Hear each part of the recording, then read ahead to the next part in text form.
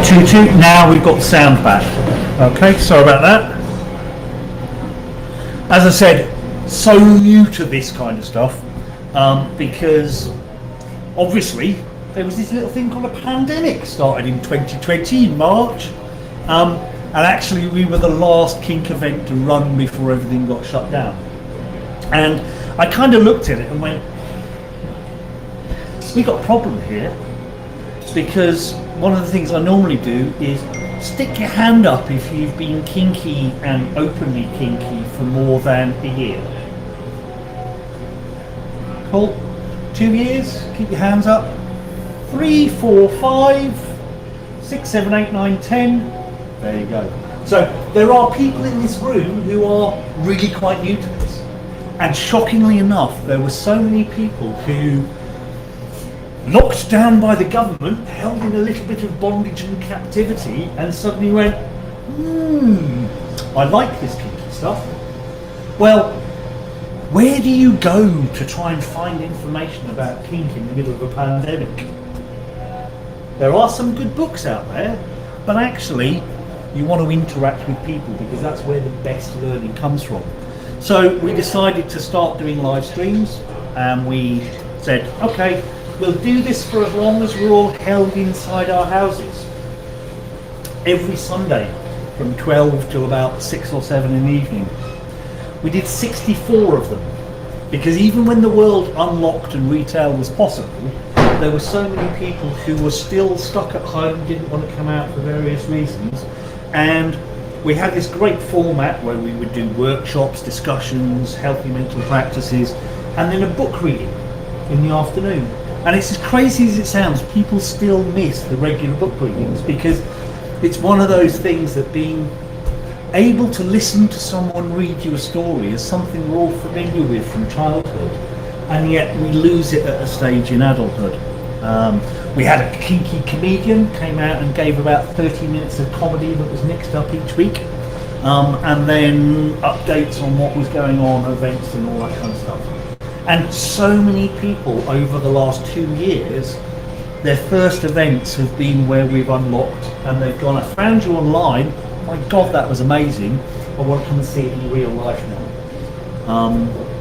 And that's really what LAM and LAMchester is all about, is giving people that opportunity to come together, to see stuff in real life, but also to exchange ideas. Looking around the room, one of the best parts of this is, most of you probably couldn't guess what other people's sexuality and gender orientation is, okay? And that's what I really like about this event. It doesn't matter if you're straight, gay, in transition, you know what, you decide your gender on the morning that you wake up, okay? When you come here, you should find that accepting space, because we're all here for the same reason. We're all here because you can't really walk into Albert Schloss across the road in your leather and latex on a Sunday afternoon. So it's that kind of space where people can come, exchange ideas. A lot of events, they tend to be orientated towards one particular gender, and that's never quite worked for me, because quite frankly, I've seen some of the best, most awesome, brutal play in gay men's clubs compared to straight clubs, because actually there is an energy, there is a dynamism, there is a rawness that kind of comes out. It's a lot more primal. So I would encourage people not to stick in your gender unless the event is clearly men only. Sorry ladies, you're not going to get into that one, but don't think that a gender orientated event will necessarily not give you anything to learn from, because how different people play is one of the best ways that we learn. Watching people, seeing what's going on. At the end of that, you can stop and say, oh my God, I really enjoyed watching that. Do you mind me asking a couple of questions? What did you get out of it? What did you get out of it? And get their feedback.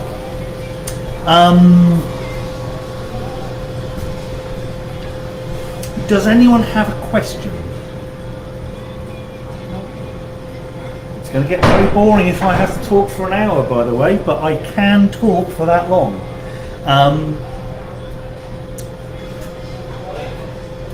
One of the things we particularly try and do with these workshops is help people when they're new to the scene, because one of the things that we all have in common in the room is that we got here for the first time at some stage. And quite often you arrive with all kinds of preconceptions. Oh my God, is there something weird about me because I like being tied up? Or I like doing things to people that society says isn't normal. Well, as far as we're concerned, as long as the people you're doing with consent and they understand what's going on, then you're making those informed decisions as adults. Particularly with kink, when people are first out new, there is a tendency to look at it and think, oh my God, I've got to do it all. One of the things that we get across in this workshop is, guess what? When you get down to the bottom of the checklist and you've done absolutely everything on the 6 or 7 pages, there is not going to be a unicorn that jumps out of the cupboard to a fanfare and glitter and gives you a prize for doing it. Okay? It sounds crazy, but actually, if you're going to be around for 20 plus years, do yourself the favour of keeping something in reserve. Okay? Because there's nothing worse than going, oh, I'm a bit bored of this kink shit now. I've done it all. Okay? Because if you get to that point, someone like me hopefully will tap and say, you think you've done it all, but actually there's a whole bunch of stuff over here that you might want to explore as well. Okay?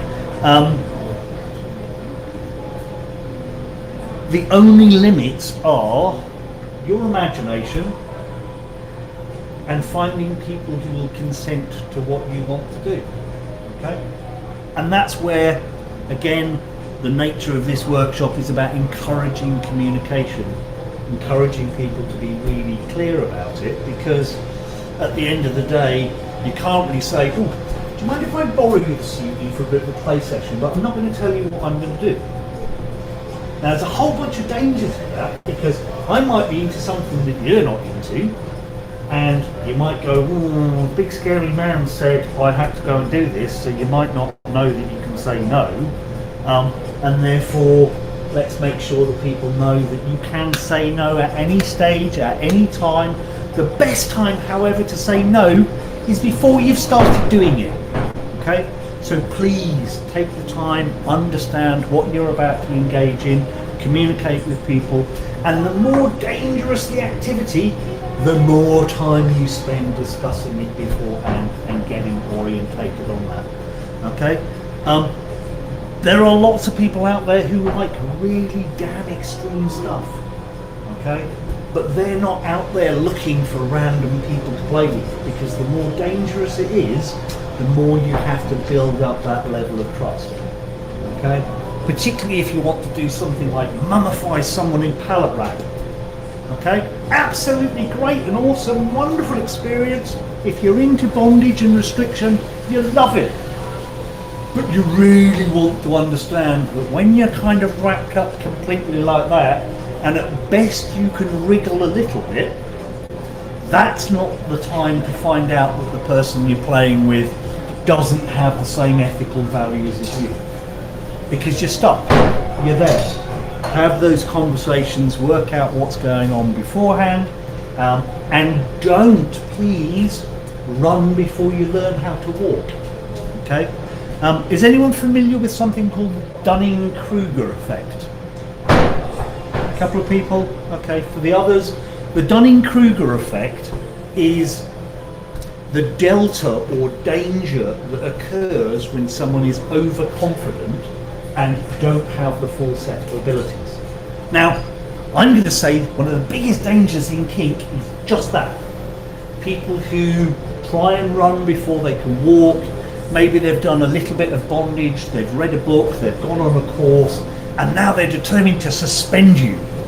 It's a very dangerous activity, that one, because you can cause all kinds of nerve damage if you don't know what you're doing. So when you're talking to people, you want to really invest the time to make sure that what you're about to do with them is the right thing, that they're the right person to do it. Okay? And again, that's all about this communication skills. Okay, lots of negotiation and discussion. I want to do this to you, but afterwards, what help do you need? What assistance? Do you need specific aftercare? Do you need to be wrapped in a blanket and given a cuddle? I know other people I've played with that their aftercare is fucking leave me alone. Give me a mop, give me a bucket, tell me to clean up the squirt off the floor, but don't actually mother me and comfort me, because that's not what they're looking for out of that. So again, a lot more complex than it appears in 50 Shades or it appears in the media, because you want to make sure that you both have that enjoyable time. I briefly mentioned aftercare there. It varies so dramatically from person to person that we do encourage as an organisation for people to be responsible for their own aftercare. There's no point in saying a week or two later, but you didn't wrap me in my Care Bear blanket afterwards and give me my favourite brand of hot chocolate. The person doesn't know about it. Okay, that's a miscommunication, not a I didn't know that you had a special blanket that you need to be wrapped in and these things have to be said to you afterwards. If I knew about it, I'd do it. Okay? Dominants are not mind readers. And equally, guess what? I've met one or two psychic submissives, but that's a rare number. And I mean proper decent psychics who kind of go, yeah, do us a favour, whatever you're doing at the moment, just stop doing it. And I'm like, I'm on the M1 heading up towards Sheffield for a club, and they go, yeah, just pull off the motorway. 10 minutes later, go to join stationary traffic, because the white van that was passing me when the person called me is now in flames on the side of the road. So they are rare, but for the vast majority, they don't have that skill level. They can't read what's in our minds, what we need. And that's why encouragement of this communication is so massively important. Yep. So with Aftercare, so a lot of the times, like, the submissive is the one that's receiving the Aftercare, but it also comes up as well. And Yep. the Aftercare too. What can be like a good balance where that the submissive still gets the Aftercare that they need, while also the Aftercare is coming in? Like, how would you find that balance? Okay. Let me just. Sorry. That's all right. Let me just qualify that by talking a little bit about drop first, because you say sub drop, Yeah. okay, or top drop, and I'm actually going to say it's shock, okay, because what happens is you're playing, and it's easier to describe from the submissive's perspective because the biochemistry is a lot better understood. So you're there and you're spanking someone, and their endorphin level starts to go up and up and up, and it's a natural opioid, so you're going to start to drift and go floaty and get into the scene, and effectively it's almost equivalent to someone taking drugs, because your metabolism shifts across, you enter an altered state, and what happens is when you stop playing, you've got all of that endogenous level of endorphin in your body. You have a natural level of it that sits down about here, so your body goes, don't need any more of that because I've got lots of it, and it turns off the production. And then what happens is slowly or quickly, depending on the person, because it's your individual biochemistry, you will metabolize that endorphin and it starts to go down. Now when it gets to the below the point where you naturally normally have it in your body, you go into a drop or a dip or a deficit, and that's effectively what sub-drop is. It's your body reacting to the drop in the chemicals and going, oh god, now I need to lie down, I need this, and it's going to be an individual thing. So as an individual thing, you will learn as you play and build up your play what aftercare you require. Now it might be that you're very, very lucky and you have an immediate effect. So immediately after play, you need to be wrapped in a blanket, kept warm, hair straight, and all of those things, okay? Because you've had the greatest of the shunts. You've gone up to a huge high and your body is now pulling you into a trough. Exactly the same thing is going to happen with the dominant, but it's a different set of chemicals. Now, again, there is a lot of concentration in it, a lot of intensity, and that means that at the end of that, your body is kind of up here in an altered state, or your mind is in the altered state, and then it starts to drop down again. Now, the good news is I've generally found that as a dominant, when I play really hard, I might feel a bit miserable the day after. But what I do is I'm very mindful of that, and my aftercare is simple. Leave me alone. Just let me get through it on my own. Okay? And I know from experience, if I have a particularly heavy scene, it's going to be half a day. If it's a really intense scene, it might be a whole day or pushing into 1 or 2 days. Okay? But I know that, and that's how I manage it. So when you're playing together in a couple, ideally you drop at different times. So you structure it and you know, I need the first aftercare and this is what we're going to do here, but actually sometime later your dominant will need aftercare. And it's often a different form of aftercare, and with dominance it's a lot more reassurance. Because culturally, who grew up being told not to hit anyone? Most of us. Because that's what society tells us. And if you're a bloke, heaven forbid you ever hit a female, that is just so totally unacceptable.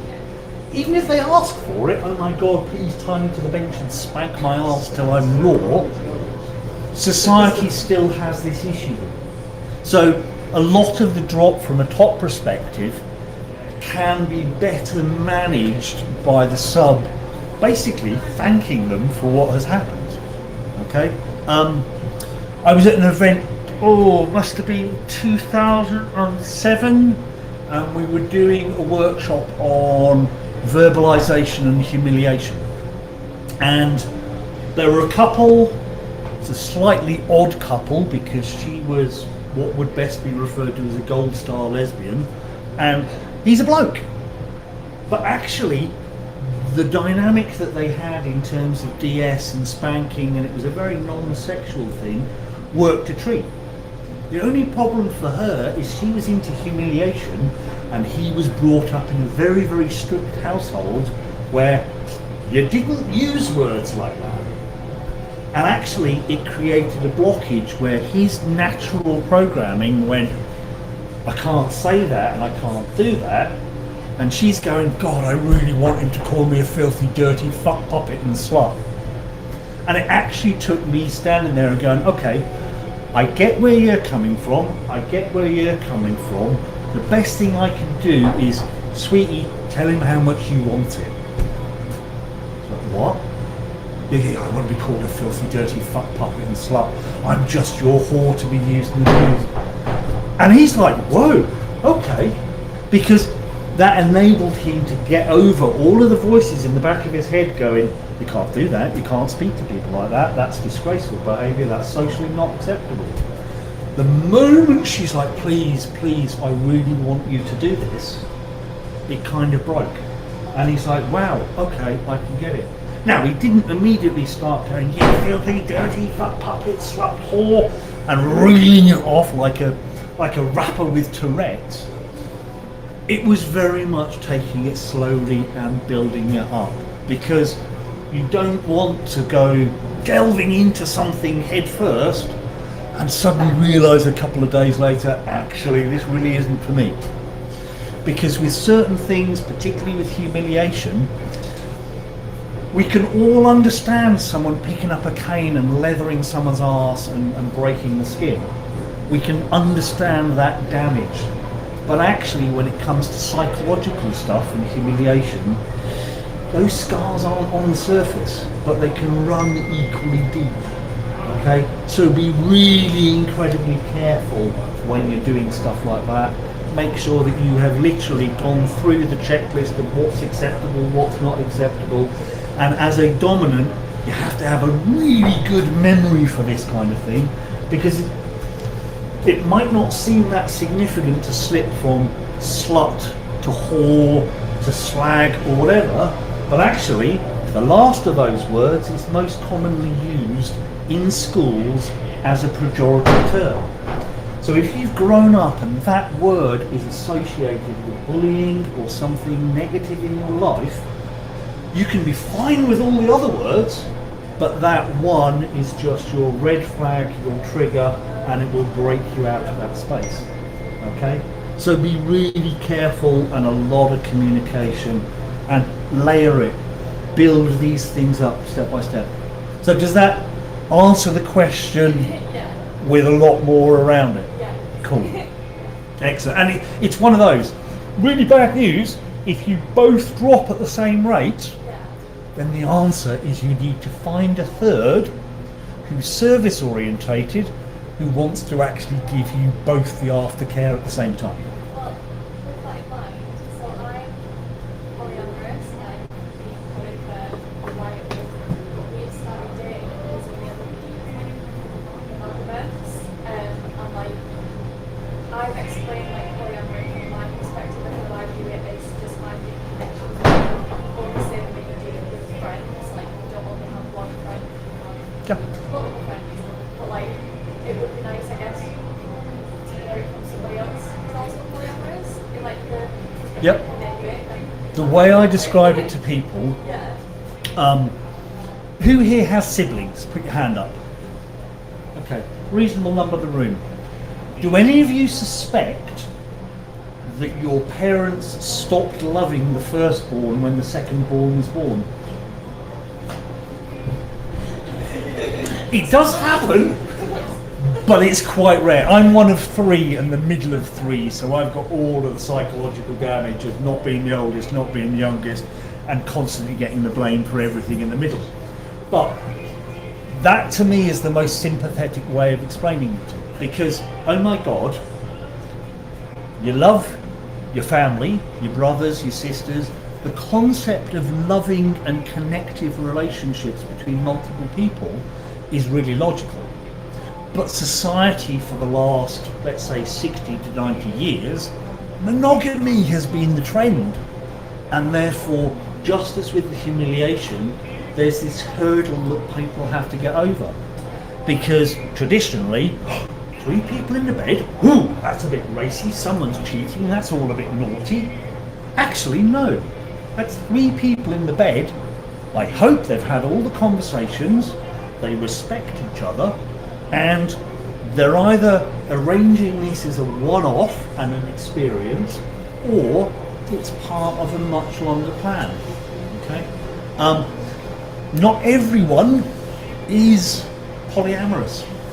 Okay? I feel with polyamory and like the way that I feel about it, it's like you can't really expect one person to be the be all and end all in everything. Yep. Because you are your own person, you are an individual, and they're their own person, they're individual, and the needs aren't all going to be the same.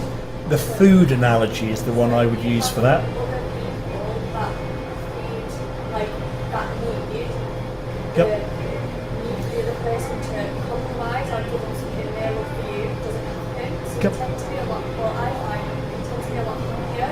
Yep. You don't need to restrict your life in a way to make somebody else happy because they will get happiness they don't particularly want from somebody else. I'm assuming you're primary partners. Ish. Ish. Okay. For the purpose of this, I'll say that you are. Yeah. There are things that you can do together. Yeah. That's great, and that might tick 40 or 50% of the activities that you want to do. All the best will in the world. You don't have breasts. You want to play with breasts, and that's important to you, then you're never going to get it off your male partner. So in order for you to be as tick-boxed as possible and therefore as happy as possible, there requires that compromise. With this, I often, because everyone has one, what's your favourite meal?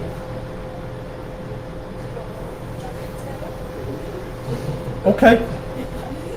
I'd have gone with something a little bit more, you know, a well-cooked steak with all of the trimmings, or one of my favourite Oriental dishes, something of that kind of nature. You wouldn't want to eat that or jacket potato every day of your life, would you? I'll say no. Trust me, after a while you'll get bored of jacket potatoes. Maybe this is it. It's a monogamous relationship with your oven. Yeah. But most people, the concept of eating the same meal, identical, every single day for the rest of their life, they might enjoy it on day one, they might enjoy it at the end of the first week, but actually after a couple of months or a couple of years, it's going to get a little bit boring. And to some extent, that's how I always felt about monogamous relationships. I would get into one, and then it was kind of like, yeah, but there's lots of fun going on over there that I want to be part of, but my girlfriend doesn't want to do that. So I felt very, very torn, and I'm going to be honest, I'm a really selfish bastard. I like to do what I want to do, okay? I'm a dominant alpha male. I'm kind of the centre of my universe, and that's how I create it. So that level of compromise never sat that comfortably with me. I didn't want to cheat because that's wrong and it sucks and someone always gets hurt. So in 2003, I literally woke up one day and went, you know what, I'm not denying this side of me any longer. Went out shopping that day, leathers, full length black matrix coat, and changed my life literally across a weekend. And part of that was saying, actually, the monogamous relationships was always difficult for me because it was a compromise. I'd far rather say, hey, look, I'm open. I can still have a monogamous connection with a person, but I'm open because I have a lot of other relationships. And some of them have been going on for 12 years now. We don't see each other every day, we don't see each other once a week, but when we do, the scratches that we both have, or the itches we both have, are scratched and dealt with. And it's really crazy because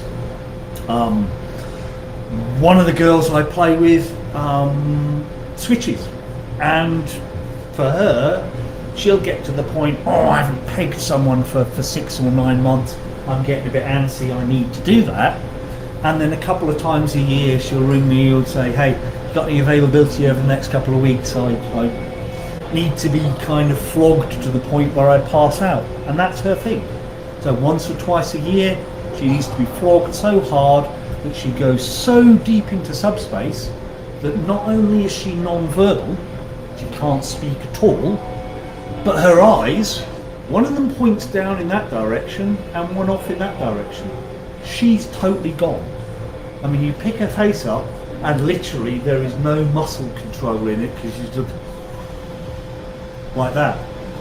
10 or 15, I'll talk you through her aftercare because it's quite a good one, this. Put a blanket on her, don't touch her or talk to her for 15 minutes.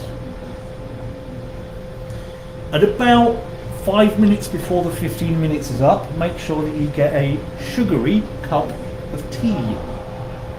Because once she starts to gain consciousness and she can actually focus on the room, one of the things she wants is that warm drink.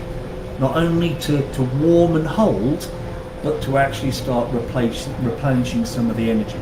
Because the intensity of that level of play for an hour or so, the number of calories that have been burnt and all the rest, not only the biochemical drop, but it's also an energetic drop because you're low on sugar. Okay, so the tea comes next, and the tea is followed by 10 minutes of doing nothing and just letting her drink the tea. Then I can start saying, hey, how are you? Are you ready to start talking now? And once she starts verbalizing and communicating, I know that it's safe to try and start picking her up and moving her to a comfortable place. Because for that first 25 minutes, I've literally slid her off the spanking bench that she's been on, and she's a puddle on the floor. Now, after moving her, if there is cake available, she will want a slice of cake. Or she will want something a little bit more complex carbs. Because sugar is great, it gives you that quick fix, but actually your body burns through the sugar equally quickly and you go back into the drop. So giving yourself more complex foods. The Kinks Drink and the Scene Counsellor will tell you the tryptophan in turkey is the best thing for drop. So drop across the Christmas season, brilliant, because you've already got the things that will help. Okay? I kind of went off on a slight tangent on that one. One of the big things I would always say, and I can't believe people do this, if you are poly, you are poly. Very often I make sure the person I'm talking to, I think knows before I Yeah.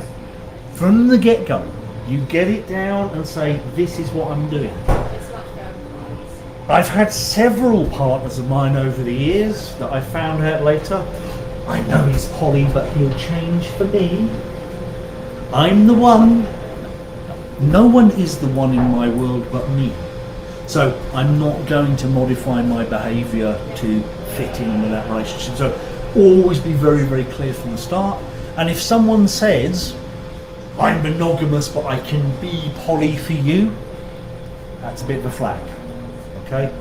By all means, help them to understand poly, help them to open up their life in that particular fashion. But if they've only ever had, or they've not considered it, and they're saying, to get into this relationship, I'll do it, then be wary that in 3 or 6 months' time, they might be regretting that decision. Okay? People on that fundamental level don't change that frequently. Okay?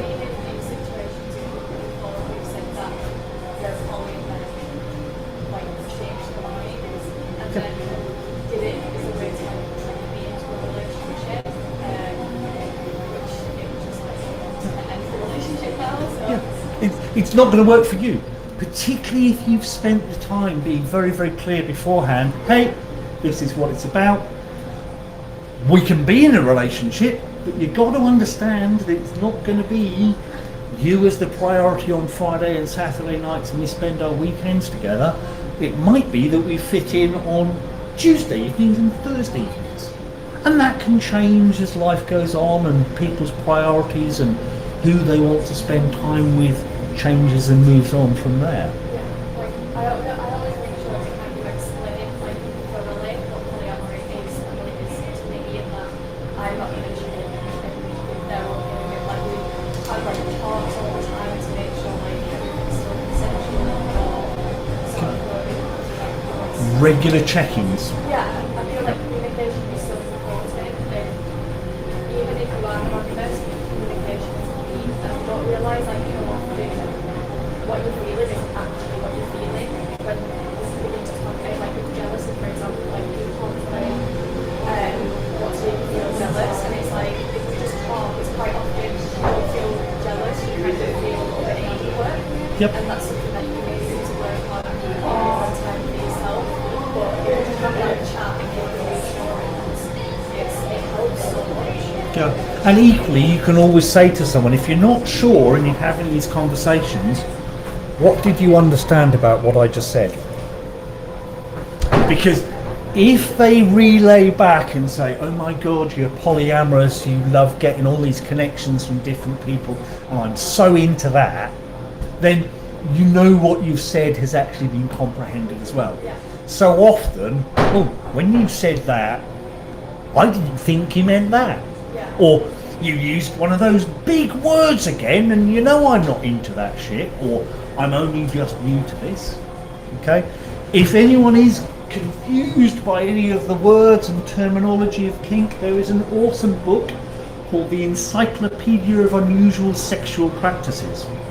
Okay?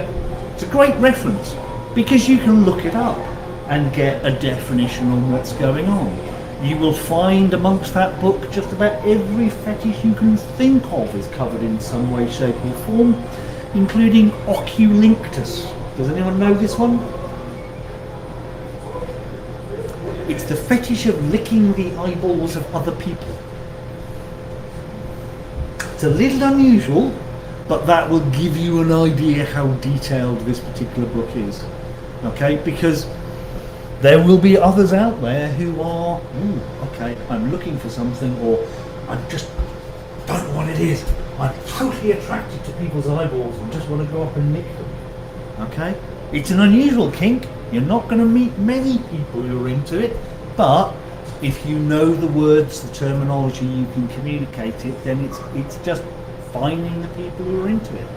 And the great news is, with so much nowadays on the internet, it's easier to actually find people. Before I got onto the scene, it was very much contact magazines.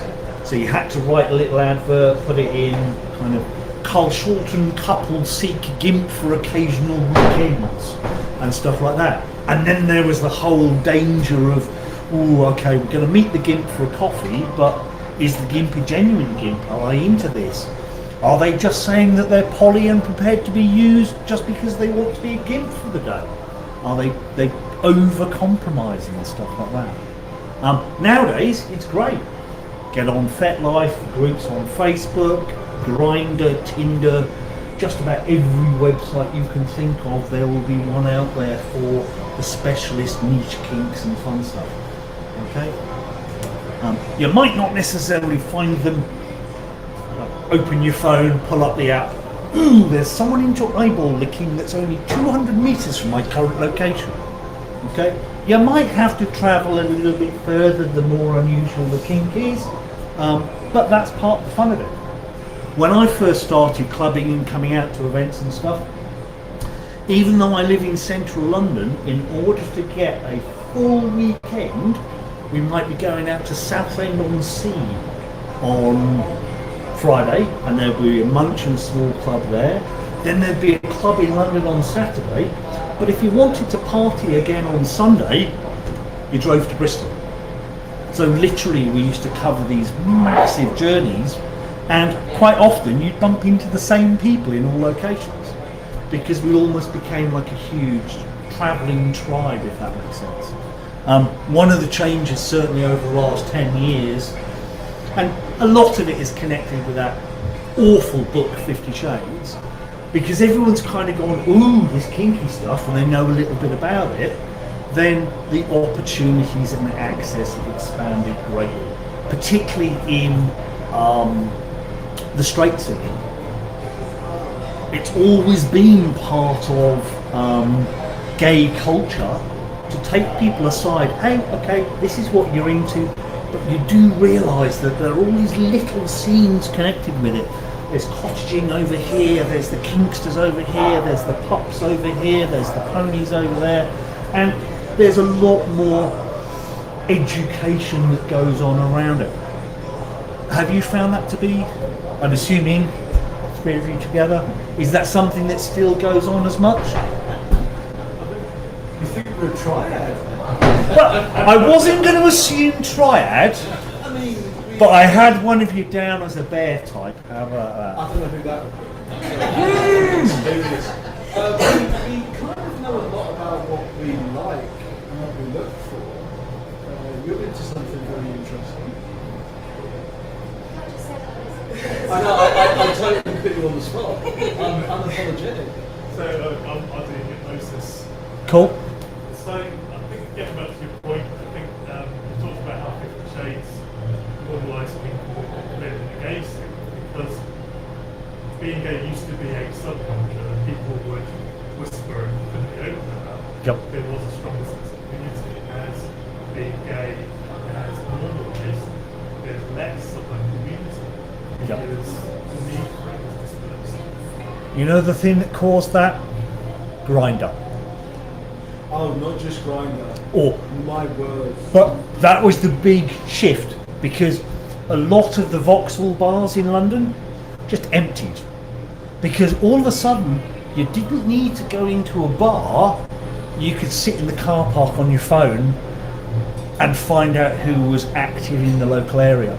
So, it was the whole internet where, and it did, I mean, we noticed it, you had to go to bars, and then suddenly everything went to the internet.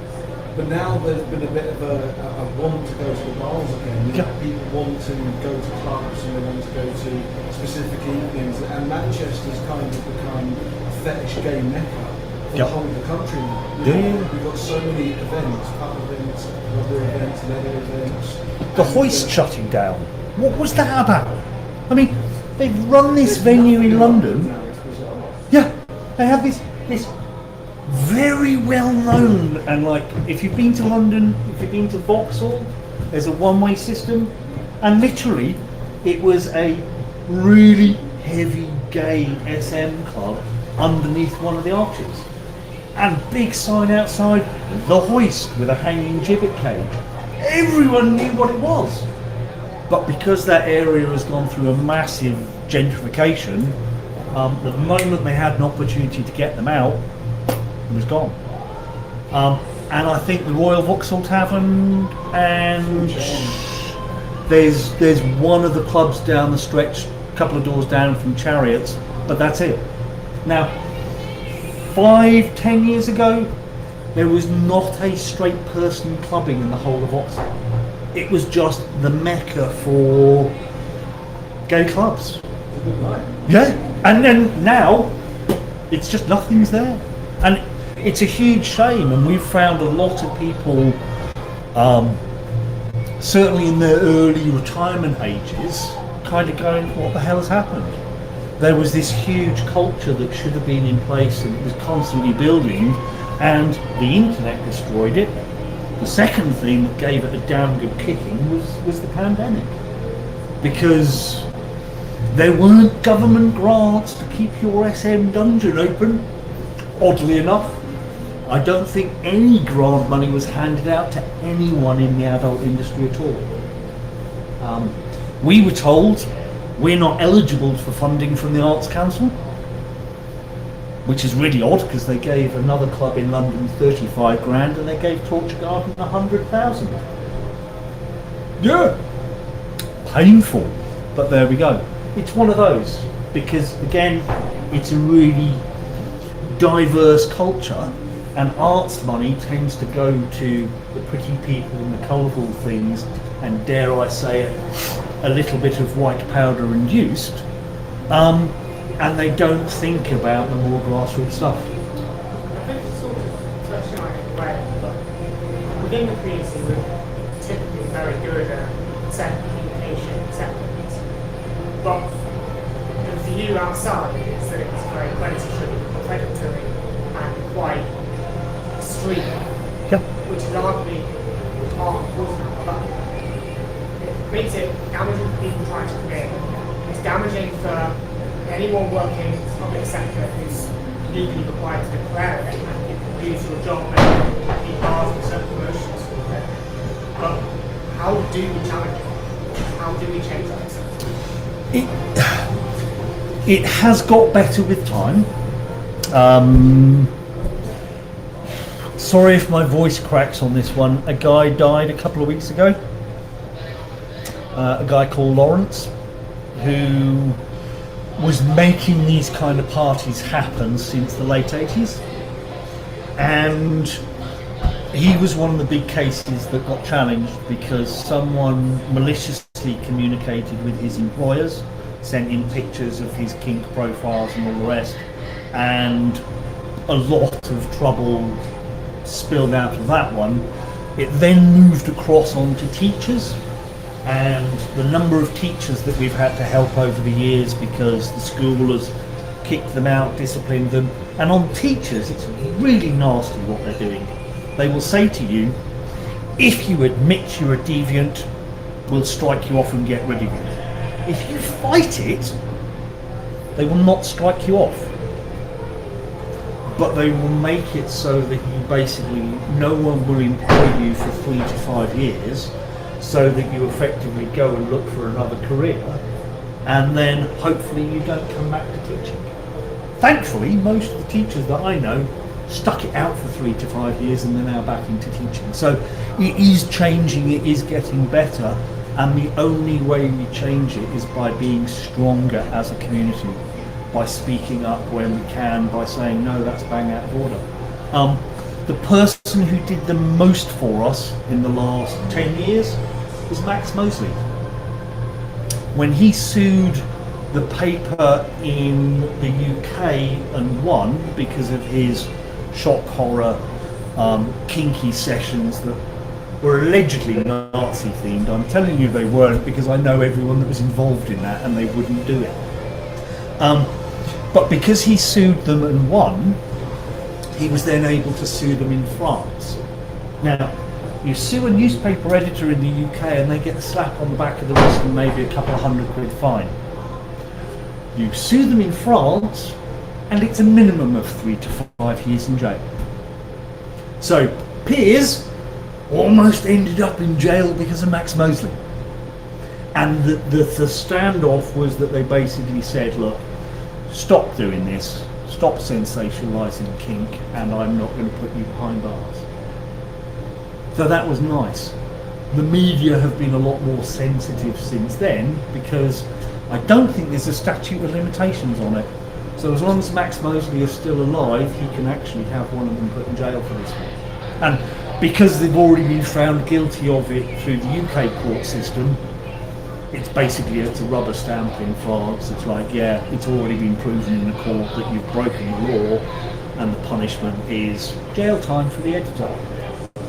I'd have no problems with that, because they lied the first time round.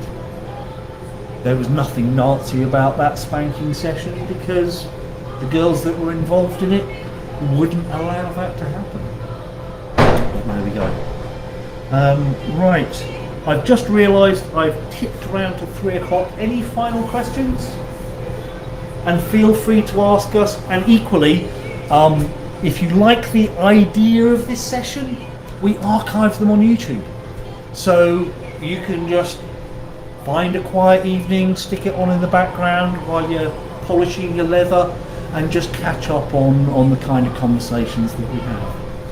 And if anyone has a question that they were too nervous to ask, you can grab me. I'm going to be around throughout the day until about 11 o'clock tonight when I reload the van. Okay. Apart from that, I hope you have a fantastic day and enjoy.